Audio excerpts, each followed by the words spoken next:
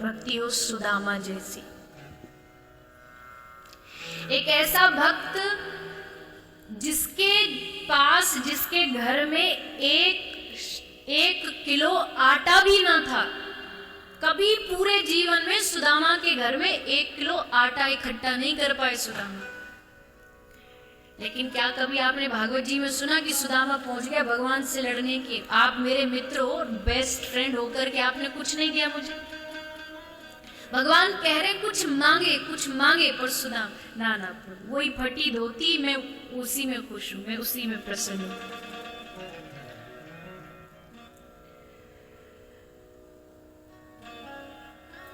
भगवान ने खूब प्रयास। पहली बात तो सुदामा ने अपनी पत्नी को, सुदामा जी की पत्नी का क्या नाम था? देवी सुशीला।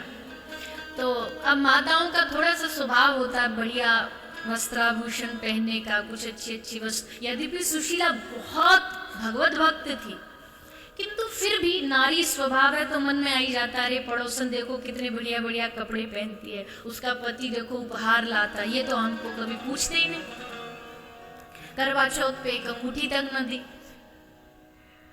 तो थोड़ा स्त्री स्वभाव में रहता है, कुछ प्राप्त हो जाए, कुछ मिल जाए। तो सुशीला को लगा क्या करूं ऐसा जो घर में कुछ इकट्ठा हो, सोचती थी।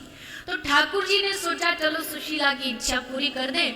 तो श्री ठाकुर जी एक भिक्षुक का रूप बना के सुशीला के घर आ गए और सुशीला के घर के बाहर कह रहे भिक्षाम देही, भिक्षाम देही। सुशीला बाहर आई, बोले महाराज जी हमारे घर में तो सूतक है, कुछ नहीं मिलेगा। तो भगवान बोले कब तक की सूतक है? सूतक खत्म हो जाए हम तब आ जाएंगे। बोले नहीं प्रभु, 1 दिन, 10 दिन, 1 महीना, 1 पक्ष की नहीं, पूरे जीवन भर की सूतक है, यहाँ नहीं मिलेगा आपको कुछ नहीं। अरे ऐसी बात, ऐसा कैसे? बोले महाराज 1 अन्न का दाना नहीं। बोले सुदामा इतना बड़ा राजा का मित्र होके भी घर में अन्न का दाना नहीं।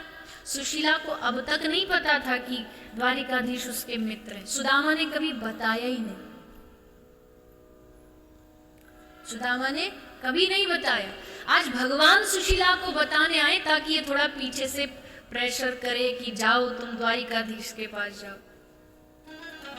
तो भगवान बोले तू द्वारिकाधीश का मित्र होकर के कुछ नहीं घर में खाने को। बोले क्या?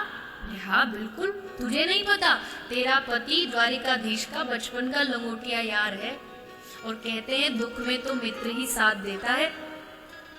तो जा बोल अपने पति को, जाएगा द्वारिकाधीश के पास। मैंने सुना है द्वारिकाधीश बड़े दयालु हैं, सब पर कृपा करते हैं, तेरे पति को भी थोड़ा बहुत कुछ दे देंगे। अब बस सुशीला को लगा ये सही मौका है। सुदामा माला लेके हरे कृष्ण कृष्ण कृष्ण हरे राम जाप कर रहे, तभी सुशीला आई। बोले अभी थोड़ी भक्ति में गहराई में है, गरम लोहे पे हथौड़ा मारोगे तो थोड़ा जल्दी मुड़ जाता है। बोले जी सुनते हो? कहिए। सुना है द्वारिका वाला कृष्ण तुम्हारा यार है, तुम्हारी मित्रता थी उससे, आपने तो कभी बताया ही नहीं। बस जैसे सुना सुदामा ने कृष्ण के बारे में तो तुरंत आंख से अश्रु बहने लगे। सुशीला ने देखा हाँ बात काम कर रही है, धीरे धीरे पिघल रहे हैं। बोले अच्छा एक बात बताओ, कब के मिले उनसे? गुरुकुल में पढ़ते थे, उसके बाद कभी अंग्रेजी में कहते हैं ना जब दोस्त यारी जब स्कूल और वो सब निकल जाता है तो फिर गेट टुगेदर रखते हैं कि जो पुराने वो भूल ना जाए। तो बोले आप कभी ऐसा अपने मित्र से मिले हो, कभी जाने का सोचा है? कैसे मित्र हो आप? इतने पक्के मित्र थे और आप आज तक उनसे दोबारा मिलने की सोची नहीं। बस जैसे कोई हवन कुंड में आहुति डाल दे ना, वैसे सुदामा को मिलन की इच्छा तो थी ही, सुशीला ने उसमें घी डाल दिया कि कब से नहीं मिले, अरे एक बार तो मिल लो जाके। और बस सुदामा ले पोटली बगल में दबा चल पड़े श्री ठाकुर जी को मिलने के लिए।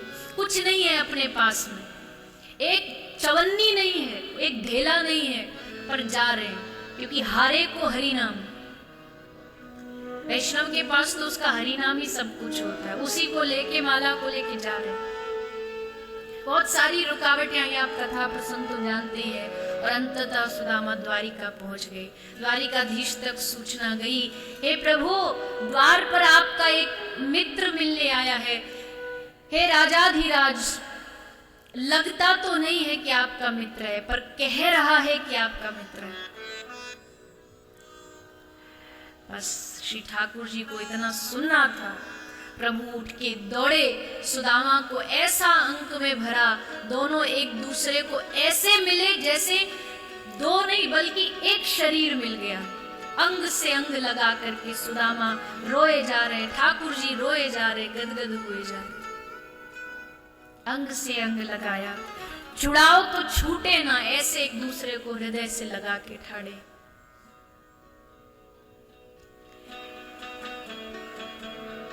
राजाधिराज ठाकुर ने देखा सुदामा का वो दुर्बलता, और जब गले मिल रहे तो सुदामा क्या सोच रहा है, प्रेम देखिए सुदामा के मन में क्या आ रहा है कि अरे मेरे तो शरीर में इतनी दुर्बलता है, हड्डियां बाहर निकल रही हैं, कहीं ये हड्डियां मेरे ठाकुर के कोमल श्रीअंगों में गड़ ना जाएं, ये सोच करके सुदामा पीछे हट गया। ठाकुर को प्रभु ने सुदामा को आसन पर विराजमान किया है, काख में बगल में पोटली दबी है। अब यहां वो बात आ रही है जिससे ये प्रसंग चला है। भगवान चाह रहे कि सुदामा अब कुछ बोले कि भैया कृष्ण बड़ा परेशान हूं, घर में बाल बच्चे भूखे पड़े रहते हैं, तू तो राजा है, कुछ हम कहना देते किसी किसी को, अरे भैया नौकरी दिला दो, यहाँ पर कोई चपरासी का काम ही दिला दो, कम से कम घर का काम तो चलेगा। ठाकुर जी कह रहे हैं ये कहे, ये बोले, पर सुदामा है कि पक्का सोच के आया, कुछ नहीं मांगेंगे। उल्टा जो देने लाया है वो देना तो चाह रहा है, पर सोचता है चावल है, पता नहीं कितना पुराना है, मेरे ठाकुर ने खाया, कहीं पेट में दर्द हो गया तो और लोग कहेंगे पता नहीं ब्राह्मण क्या खिला गया। उसे भी छुपाए बैठा है, वो भी दिख ना जाए। ठाकुर जी पूछ रहे क्या क्या छुपाया है बगल में, दिखा क्या छुपा रखी है। बोले ना ना कन्हैया कछु ना, बुढ़ापो हैगो ना तो खाने पचाने में थोड़ी परेशानी हो तो चूरन धर रखो, पचावे में मदद करे। ठाकुर जी बोले अच्छो हम ते छुपावे हो, हम त्रिलोक के स्वामी कण कण की जाने अंतर्यामी, और हमें ही छल रहे हो, हमें ही धोखो दे रहे हो। तो भक्त वत्सल भगवान ने पोटली काख में से छीनी और उसको आरोग गए। 7 दिन तक सुदामा रहे हैं, आतिथ्य स्वीकार किया है, और जब जाने लगे तब भी भगवान ने खूब प्रयास किया कि सुदामा मांगे, तब भी नहीं मांगा है सुदामा ने। और उल्टा जब घर जा रहे हैं अपने गांव की ओर तो मन मन में सोच रहे हैं अब सुशीला खड़ी होगी दरवाजे पे, ताक लगाई खड़ी होगी कि स्वामी कुछ ला रहे होंगे, क्या बोलूंगा उसको।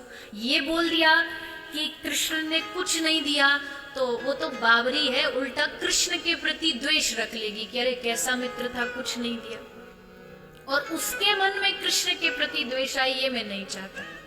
इसलिए क्या सोच रहे हैं कि ये बोल दूंगा कि कृष्ण ने दिया तो बहुत सारा था, पर रास्ते में मैं सबको बांटता हुआ आया, इसलिए सब खत्म हो गए।